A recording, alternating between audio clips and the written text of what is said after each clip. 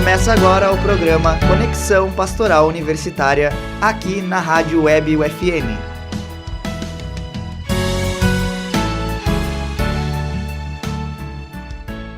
Está no ar o programa Conexão Pastoral Universitária. Paz e bem a você que acompanha a Rádio Web UFN. Sou Frei Cristian Martins Almeida e estarei contigo nos próximos minutos. Olá, paz e bem. Sou Frei Rodrigo Antunes e também estarei contigo durante o programa. Recordo que todas as terças-feiras, às 18 horas, temos uma edição inédita. Já as reprises do nosso programa acontecem nas quintas-feiras, às 7h30 da manhã e aos sábados, às 18 horas. O programa Conexão Pastoral Universitária é este espaço onde semanalmente nos encontramos para conversar e refletir a respeito de temas diversos, que são importantes tanto a nível informativo, espiritual, acadêmico, enfim, assuntos que contribuam em nossa formação humana em seus diferentes aspectos. E nesta edição, vamos dialogar tendo por ponto de partida a campanha Setembro Amarelo, que busca conscientizar nossa sociedade sobre a prevenção ao suicídio. E para nos ajudar no desenvolvimento deste assunto, convidamos o professor e psicólogo Carlos Alberto Décimo Martins, que faz parte do curso de Psicologia aqui da UFN. Professor Carlos, seja bem-vindo ao nosso programa. Paz e bem.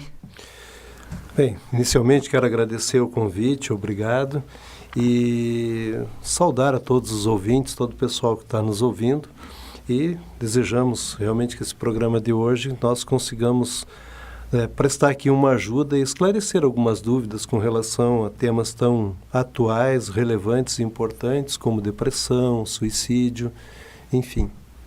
Muito bem, então seja bem-vindo novamente. E é um costume nosso, professor Carlos, que os nossos convidados aqui do programa falem um pouco no início, né, sobre a trajetória de vida também, para que o nosso ouvinte lá em casa possa conhecer quem faz parte aqui da universidade, quem vem aqui conosco partilhar um pouco da experiência de vida também e profissional, né? Então, gostaria de saber um pouco quem é o professor, de onde você vem, a cidade de onde você é natural, sim, tua formação, enfim.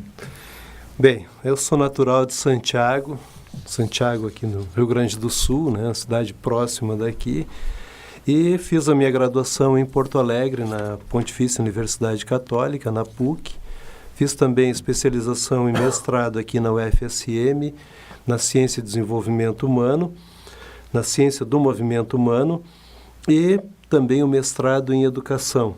E sou professor do curso de Psicologia, já trabalhando aqui na instituição, na UFN, há um bom tempo, já são 14 anos aqui na casa, trabalhando com os alunos e também supervisão de estágio e orientação também dos trabalhos de TFG. Moro aqui em Santa Maria já há um bom tempo, então já me considero santamariense, né? Já é da cidade. Da cidade, casado, com 2 filhos, 2 adolescentes, né? Um com 24, outro com 21 anos. Olhei. Francisco também. Opa! Francisco nome bonito. Francisco e o Lourenço. Muito bem, então seja bem-vindo aí ao nosso programa. E a tua formação, prof, toda ela foi concentrada aqui mesmo em Santa Maria ou tu teve alguma experiência além do nosso estado? Não, eu coordenei quando eu fiz a minha formação em psicologia, como eu falei, na PUC. E depois eu fui trabalhar na Serra Gaúcha, trabalhei na cidade de Gramado, trabalhei 2 anos que lá. Bacana.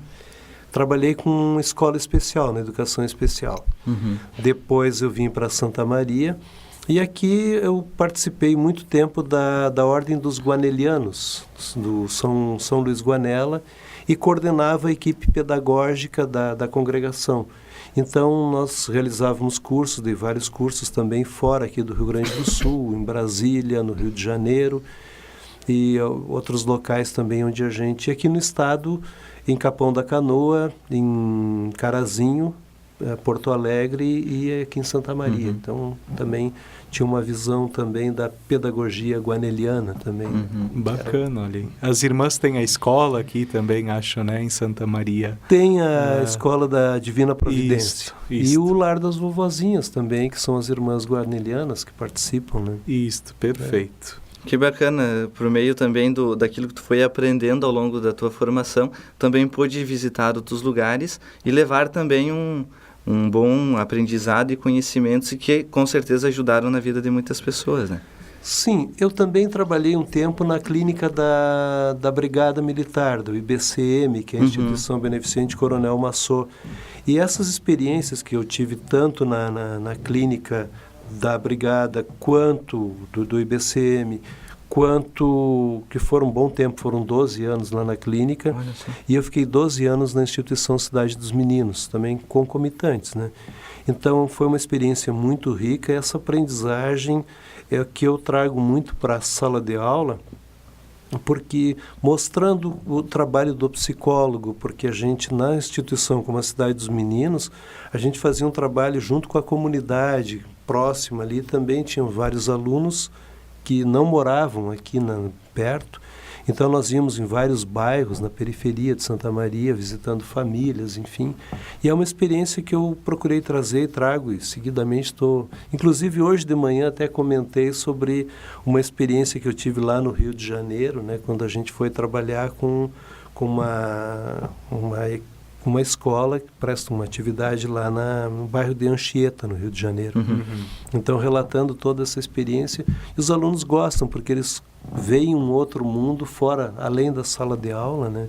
E que é um mundo que vai além, uma experiência, uma vivência que sai da clínica e também, muitas vezes, daquela situação somente do consultório, mas situações em que a gente tem que atender, como na Cidade dos Meninos, em que eu reunia os alunos e nós subíamos o morro lá conversando e aí ouvindo a história pessoal de cada um, né? Claro. Então ajudava bastante.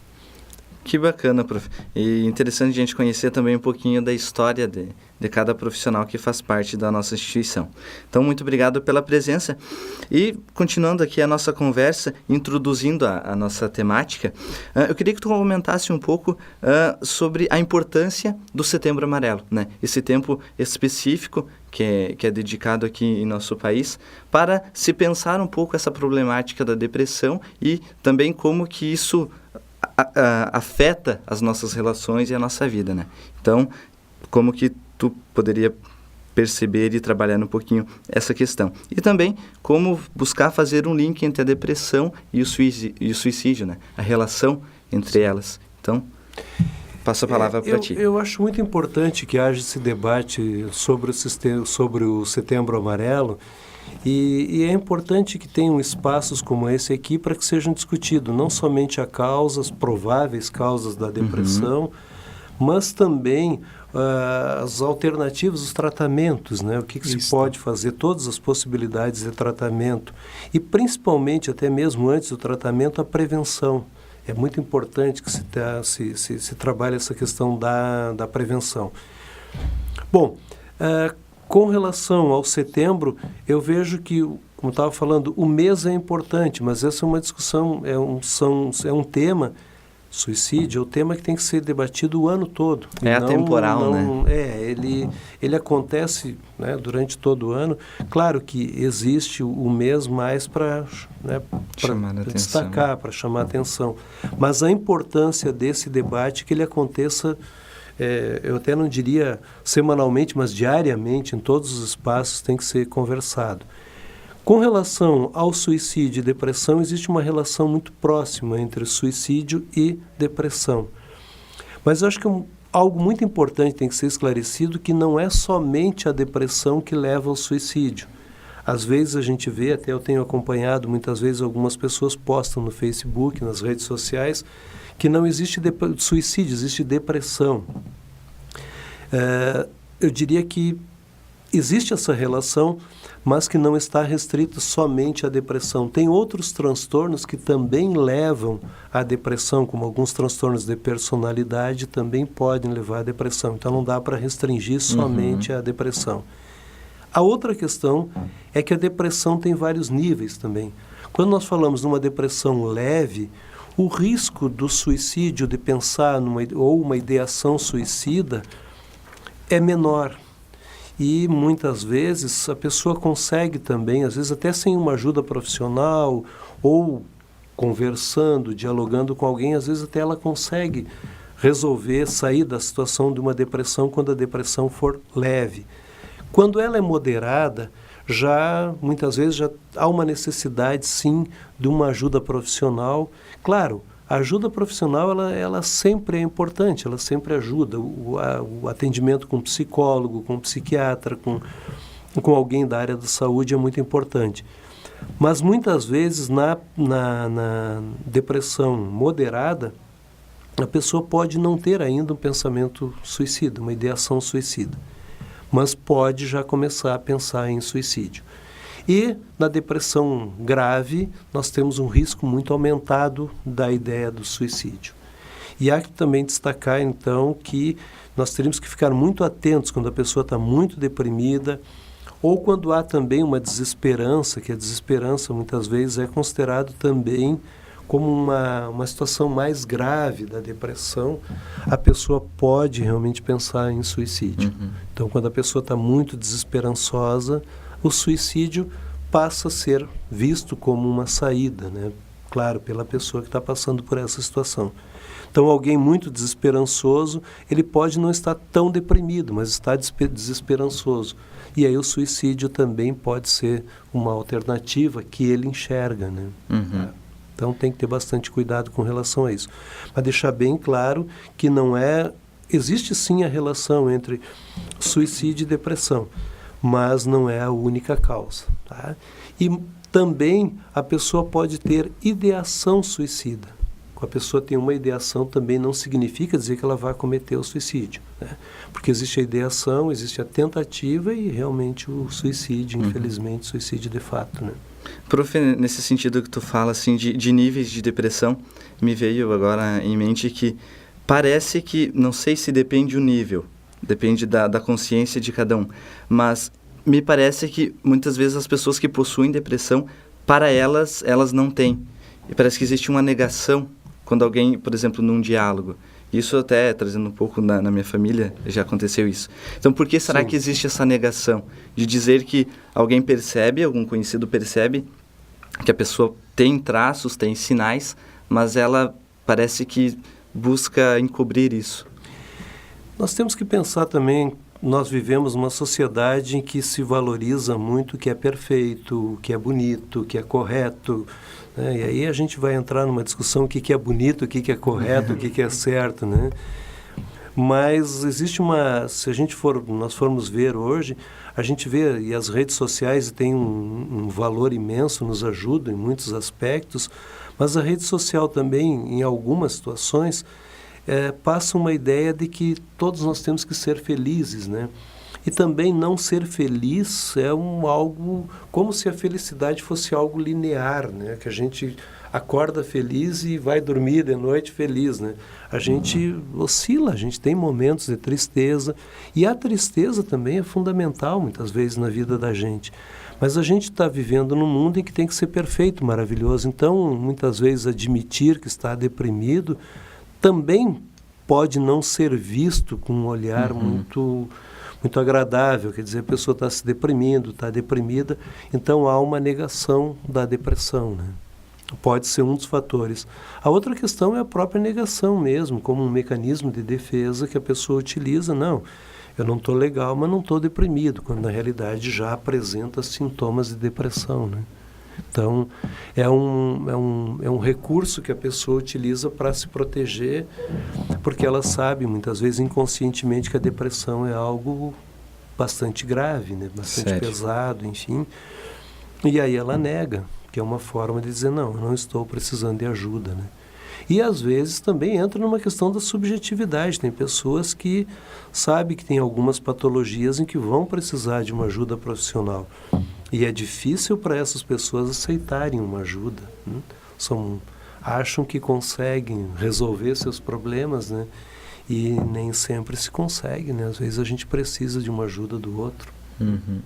E aí, só para fazer a gente estava brincando aqui, falando um pouquinho sobre futebol, né? E aí eu sempre me lembro tinha um jogador de futebol que era centroavante, que jogou no Inter, que era o Dario Dadá Maravilha, que um dia falaram para ele e disseram assim para eles, Dadá, mas tu já fez gol muito feio nessa vida, né? E aí ele disse o seguinte, não existe gol feio, feio é não fazer gol. Né? E aí eu diria o seguinte, aproveitando a palavra do Dadá, eu diria o seguinte, que o feio não é ter problemas. O feio é ter problemas e não admitir, quer dizer, não procurar essa ajuda para a resolução desses problemas. Que problemas todos nós enfrentamos, né? Eles diminuem quando compartilhados, né? Compartilhar, conversar, e aí entra a importância do ouvir, né? Porque é importante que as pessoas saibam escutar os outros, porque hoje a gente não ouve mais, né? Vivemos na era da comunicação em que todo mundo fala e pouca gente escuta. Exato. Então esse também é um grande problema, né? Eu lembro que, agora eu vou pegar o link, esses tempos aí a gente foi naquele encontro na Pastoral da Saúde, o professor estava trazendo um exemplo, né? Bem prático, assim, né? Sim. A gente começa a conversar, às vezes, no dia a dia, né? Pedir pro outro aí como que tu tá, e o outro te traz um problema, alguma situação da vida difícil, e aí tu diz, eu também, porque Exato. eu lembrei disso, né? Quando tu falou Sim, que a gente não sim. está habituado mais a ouvir, né? Muito Exato. mais em querer dar alguma dica, ou querer achar que eu tenho um problema igual, mas às vezes não é isso também, né? Isso. Precisa estabelecer um outro jeito de diálogo, né? Nessa situação. Exato, a gente vai desaprendendo do ouvir, a gente coloca nossas situações, nossos problemas, as nossas dificuldades num primeiro plano. E parece que elas são as maiores do mundo, né? Isso. Então, temos que também reaprender até a ouvir, né? Muito bem, então, amigos, agradecemos até agora a rica partilha que o professor Carlos está conduzindo e partilhando aqui conosco. E vamos fazer uma pequena pausa em nossa conversa e escutaremos, enquanto isso, uma música chamada É Preciso Saber Viver, dos Titãs. Então, ouçamos.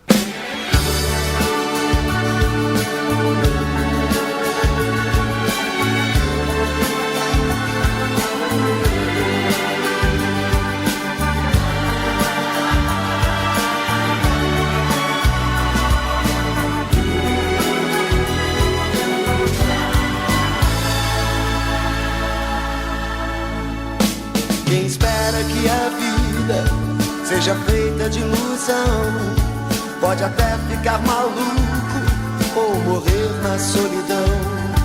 É preciso ter cuidado pra mais tarde não sofrer. É preciso saber viver. Toda pedra no caminho você pode retirar.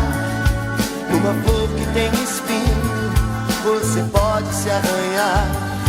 Se o bem e o mal existem, você pode escolher. É preciso saber viver. É preciso saber viver. É preciso saber viver. É preciso saber viver. Saber viver.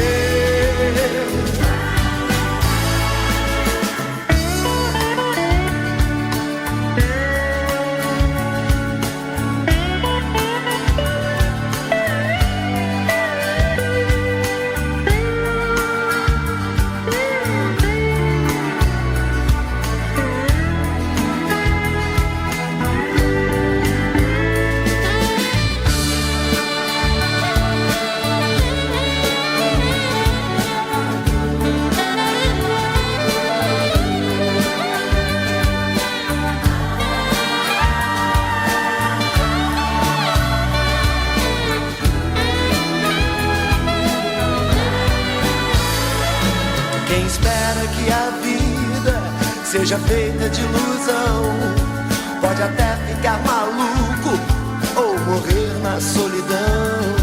É preciso ter cuidado pra mais tarde não sofrer. É preciso saber viver.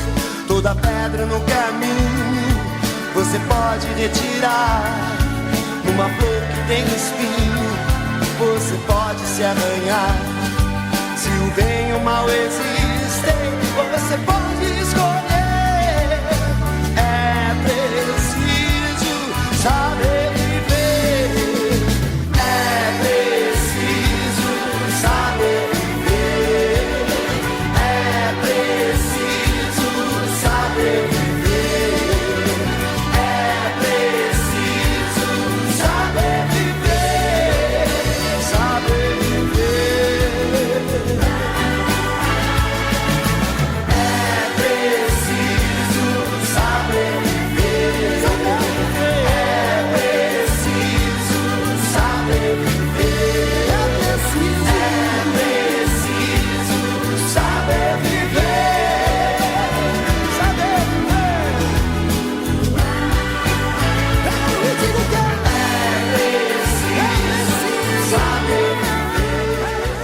Estamos de volta e vamos dando continuidade em nossa conversa com o professor e psicólogo Carlos Alberto Décimo Martins, hoje sobre o tema da prevenção ao suicídio, a campanha Setembro Amarelo.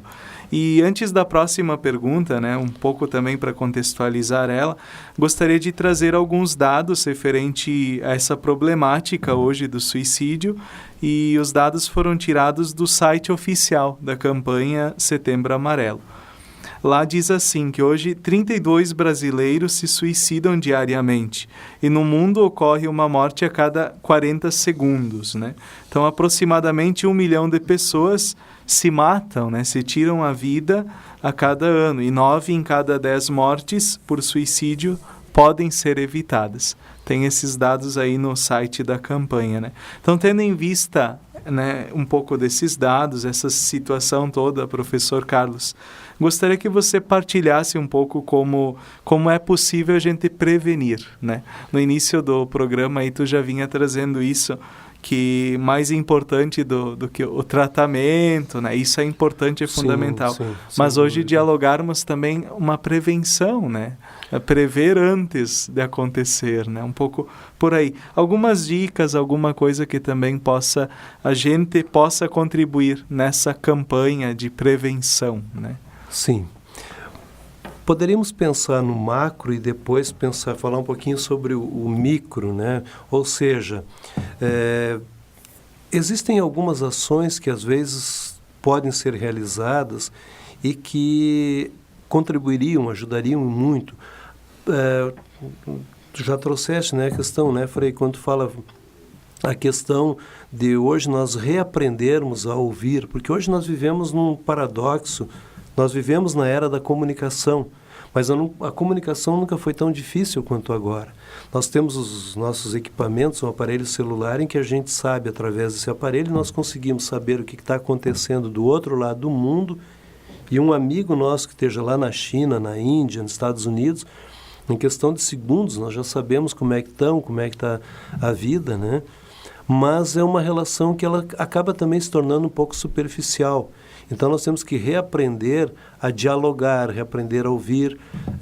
Eu sempre falo que, quando eu era criança, eu morava em Santiago e a minha mãe, eu tinha um problema, assim, um relacionamento com a minha mãe, porque eu dizia, a minha mãe seria uma das maiores responsáveis pela proliferação, pelo desenvolvimento do diabetes no mundo, porque ela vivia fazendo doce e eu tinha que levar doce para toda a vizinhança.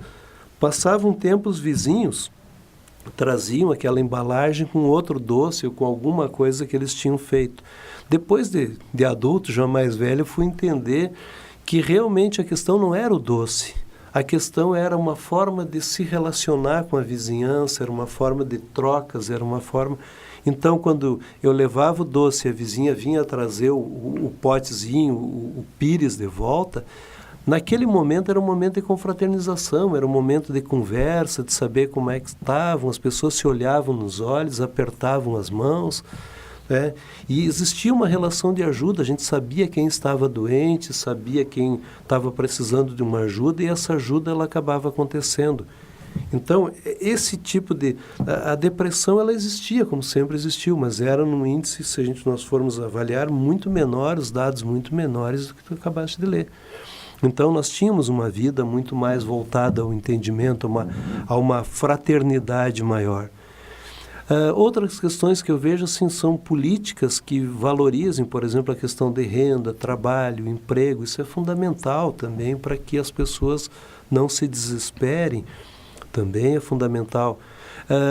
Dá um exemplo, aqui em Santa Maria, nós não temos um parque, um local onde as pessoas possam se reunir, confraternizar. Tem alguns parques, na realidade tem, mas faltaria um parque, um grande parque, que nem nós temos, por exemplo, em Porto Alegre, como o Parque do Marinha, um parque onde as pessoas possam ir lá, não só realizar atividade física, mas também para uma convivência e para as manifestações artísticas, culturais, enfim, isso seria muito importante. E eu entraria também no micro, às vezes a gente pensa que para resolver questões como suicídio, precisaríamos de grandes ações e às vezes são pequenas questões. Vou dar o exemplo de 2 pacientes que eu atendi em que ele chegou e disse assim, eu gostaria de descobrir alguma coisa que eu gosto para mim poder investir minha energia, para mim me sentir útil. Aí eu dei como tarefa de casa para ele que ele fizesse uma relação do que ele gostaria de fazer. E ele trouxe uma relação só de coisas que para ele eram pequenas. Ele gostava de ler, ele gostava de cortar grama, criar passarinho, aquela função. Uhum. E aí eu comecei a trabalhar com ele. Ele começou a ler, começou a trazer os livros que ele lia, e aí nós fomos conversando. E daqui a pouco ele foi vendo que a vida dele era muito rica. Ele tinha um criador, inclusive, na casa dele, que realmente não é criar passarinho em gaiola, né? Mas um criador onde ele alimentava os passarinhos. Aí um dia ele chegou e disse assim, agora virei avô. Os passarinhos lá, nasceu um bichinho lá, um filhotinho de canarinho da terra. E ele estava encantado com aquilo. Então, realmente, a depressão dele foi mudando quando ele foi convivendo com a natureza, foi convivendo com coisas pequenas, mas muito grandes e que contribuíram muito para ele superar a depressão. E a outra foi uma senhora também, que ela me disse que a única coisa que ela gostava de fazer na vida era tricô e crochê, e ela achava muito pouco. Aí eu pedi para ela que ela continuasse fazendo tricô e crochê, e aí visse outras pessoas também que fariam tricô, e ela criou o Clube do Crochê. Já tinham mais de 20 mulheres que se reuniam na casa dela, já tinha o chá, já tinham... Aí estavam já fazendo bolo, tortas, enfim... E ela comentou que realmente, aí criaram um grupo que fazia um crochê e doavam para as instituições que necessitavam. Então, às vezes, para essa prevenção, são atitudes pequenas, são atitudes básicas que eu diria para quem está nos ouvindo, para nossos ouvintes, pense em alguma coisa que você gosta e procura colocar em prática isso. Isso é fundamental, né? Ajuda bastante. E nós temos muita coisa que nós, em função das grandes criações, né, nós querendo nos tornarmos famosos, né, acabamos esquecendo coisas pequenas, né? Cuidar de um bichinho, de um cachorro, de um gato, né? Tantos bichos que estão aí, né? Bem franciscano mesmo, né? E eu acho que é exatamente isso, né, professor? A gente, no cotidiano da nossa vida, dar significado e sentido para as coisas mais simples, né? Simples. Que isso que torna a vida rica e que traz um sentido também, né? Sim, sim. Porque senão, às vezes, a gente pensa que aquilo que é importante, aquilo que é mais visto, mais amplo, maior, sim. Mas, na verdade, começa pelo pequeno, pelo simples, né? Eu vou dar um exemplo para vocês bem curto aqui. Tem uma senhora, uma vizinha nossa, que ela tem 89 anos e ela frequenta academia.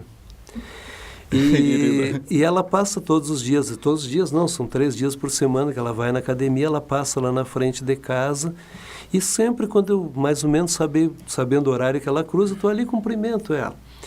E faço muita questão porque acho fantástico, assim, converso um pouco com ela e passou uns dias, frio também, eu não acabei não... E eu vi ela de longe, mas dentro de casa, mas não cumprimentava. Aí, fim de semana, fui num aniversário, e ela estava lá no aniversário, ela me viu, veio me cumprimentar.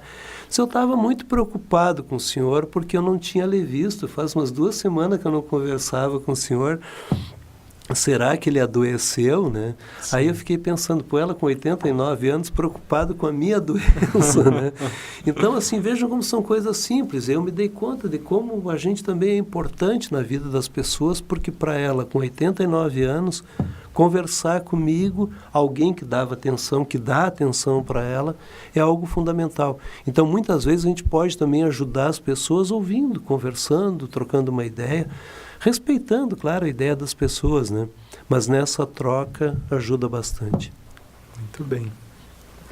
E, prof, então a gente já está com o nosso horário chegando também ao término, mas antes da gente concluir esse nosso bate-papo tão agradável que aqui está sendo realizado, eu queria que tu comentasse um pouquinho sobre duas coisas. Primeira, como que a gente pode criar ou aprimorar a valorização da vida, né? E depois, como que o cultivo da espiritualidade pode ser visto como uma solução ou também um bem viver que nos contribua para a superação desse problema tão atual, infelizmente, que é a depressão e aquilo que dela ocasiona. Sim. Bom, falando em valorização da vida, eu começaria falando um termo que o psicólogo Carl Rogers fala muito, que é aceitação positiva e incondicional. Nós valorizamos a vida, valorizamos os outros quando nós aceitamos os outros. E vejam bem, eu estou falando em aceitar e não em tolerar. A gente fala em tolerância, nós temos que ser tolerantes. Não. A questão da tolerância remete a uma ideia tipo assim, eu suporto essa pessoa, né? Eu tolero ela. Não, nós temos que aceitar a pessoa, claro, quando na sua maneira de pensar, na sua maneira de ser, na sua maneira de agir. Começa por aí, a gente também valoriza a vida quando a gente começa a pensar aquele velho ditado que a minha liberdade começa quando termina a liberdade do outro, ou a minha termina quando começa a do outro. Isso é valorizar a vida. Agora, claro, valorizando sempre ideias de quem pensa em termos de vida, né? Que promovem a vida. Tem pessoas, é difícil às vezes a gente respeitar pessoas que não têm o respeito pela vida, né? Então, respeitando a vida, a gente também aprende a conviver e aceitar o outro como ele é. Isso implica em mudança de alguns conceitos, né? Aceitar o outro que ele é diferente de nós, e que bom que as pessoas são diferentes. Nos campos de futebol tinha uma frase que dizia assim, somos todos iguais, né? Porque era justamente em função da questão do racismo, enfim. E eu vejo assim, nós somos diferentes, não? Né? Por quê? Porque somos todos irmãos, mas nós somos diferentes porque nós temos a nossa subjetividade. Claro que temos que entender, aceitar os outros e aqui combater essas coisas que são manifestações de uma não-vida, que eu diria que é o preconceito, que é o racismo. Isso, então, a valorizar a vida é aceitar o outro, mesmo que ele seja muito diferente de nós, né? Claro, insistindo que sejam pessoas que promovam a vida, né? E a outra pergunta que tu tinha feito era no sentido da espiritualidade. Da espiritualidade. Eu vejo como fundamental, até pouco tempo atrás teve um congresso de cardiologia em Porto Alegre e foi colocado assim, a importância de trabalhar a espiritualidade. Eu vejo também aqui nós temos pessoas que são religiosas. Eu diria que existem os religiosos e os espiritualizados, né? Tem pessoas que têm uma espiritualidade e que às vezes não necessariamente são religiosos, enquanto tem religiosos que não são espiritualizados, numa leitura rápida, né? Então eu vejo que a importância da espiritualidade, ela é fundamental, acreditar que nós não estamos sozinhos, né? Que nós temos alguém que nos cuida, alguém que nos protege, que é alguém que a gente recorre quando necessário, e isso contribui muito, né? E independente da religião, eu diria que a espiritualidade, ela vem contribuir de uma forma de trazer também uma esperança da gente saber que a gente não está aqui no mundo simplesmente porque o pai e a mãe tiveram uma relação sexual e pronto, nasceu o filho, agora te vira. A gente tem uma missão, a gente tem um papel, alguma coisa. E eu acredito muito nisso porque muitas vezes alguns acasos vão acontecendo na vida da gente que vão mostrando qual é o caminho que a gente tem que seguir, né? Muito bem, então, nós, para finalizarmos, né, o programa de hoje, que tem essa temática, então, do Setembro Amarelo, estamos também na última semana aí do mês de setembro. Aqui conosco está o professor Carlos Alberto Décimo Martins, do curso de Psicologia da UFN, e queremos te agradecer desde já, né, professor, a participação, a tua partilha, e pedir que tu deixe uma mensagem final para os nossos ouvintes. Também é um costume nosso esse, né? Que tu deixe uma mensagem para os nossos ouvintes aí. Eu deixaria eu falaria duas frases, assim, um pensamento do grande poeta Vinícius de Moraes, que eu acho que é muito interessante quando ele diz assim que a vida é a arte do encontro, embora haja tantos desencontros pela vida, né? Então eu acho que, embora a gente se desencontre aqui, uma coisa ali, uma coisa que não dá certo, vai dar certo, né? E outro, pegaria uma letra de uma música do Gonzaguinha, famoso Gonzaguinha, quando ele diria: fé na vida, fé no homem, fé no que virá. Nós podemos tudo, nós podemos mais. Vamos lá fazer o que será. Muito bem. Então bonito. Eu acho que tem que acreditar, ter fé, ter esperança. E a questão, como eu diria, não se desesperem, né? Vamos acreditar na vida, vamos acreditar. E a gente está aí, está disponível, né? Precisarem, Isso aí. Né? Procurem ajuda, não se constranjam, não é feio pedir ajuda. Como diz o Dadá, feio é não fazer gol, feio é não pedir ajuda quando a gente realmente precisa. Muito bem, então. Obrigado aí tua presença, professor. E mais uma vez agradecemos então a presença do professor Carlos e assim vamos encerrando mais um programa Conexão Pastoral Universitária. Queremos agradecer também a presença de você que nos acompanha aqui pela Rádio Web UFN. E antes de finalizarmos, queremos deixar um convite muito especial. Na próxima semana, no dia 4 de outubro, acontece a Missa da Festa de São Francisco de Assis, padroeiro aqui da nossa instituição. A missa começa às 17 horas e será celebrada na capela da UFN, que fica aqui no prédio 15, localizado no conjunto 3 da nossa instituição. Um outro convite especial também que estamos reforçando é que no dia 2 de outubro, no Salão de Atos, prédio 13 aqui do conjunto 3 da UFN, acontece o painel Depressão e Espiritualidade, um diálogo necessário na vida acadêmica, que é promovido pela Pastoral Universitária. O evento é destinado para a comunidade acadêmica e a comunidade externa. Quem deseja participar pode se inscrever pelo site www.fn.edu.br/eventos ou também na hora serão aceitas inscrições. E assim vamos finalizando esta edição.